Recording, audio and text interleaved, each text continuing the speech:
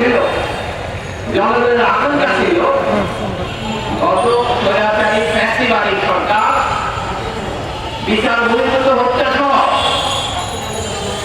বিশেষ করে জুলাই অভ্যুত্থানের আগে যে ব্যাপক লোকহত্যার আয়োজন করেছিল তার বিরুদ্ধে মানুষের পুরস্কার বিক্ষোভ এবং গত অন্তত 15 বছরের শৈল শাসনের বিরুদ্ধে মানুষের বিক্ষোভের কারণটাকে ছিল মানুষ এই শৈল শাসনের নাশতা থেকে মুক্তি দিয়েছিল নিজের অধিকারকে বাস্তবায়ন করার জন্য।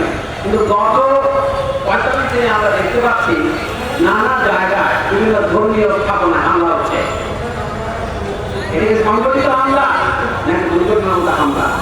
যেমন ধরেন শুধুমাত্র যে হিন্দু ধর্মের প্রতিষ্ঠানের উপর হামলা হচ্ছে তা নয়, ইসলাম ধর্মীয় নানা প্রতিষ্ঠানের উপর হামলা হচ্ছে, যেমন মাদ্রাসাগুলির উপর হামলা হচ্ছে। এই যে গত 18 বছরে বা তারও বেশি সময় ধরে ইসলাম ধর্ম প্রচার হয়েছে তাতে এদের সুফি আউলিয়া এবং দরবেশদের একটা বড় ভূমিকা ছিল এবং সুফি আউলিয়া দরবেশদের সুনামকে অপব্যবহার করে অনেক মাজার ব্যবসা হয়েছে। তো তারপর চট্টগ্রামের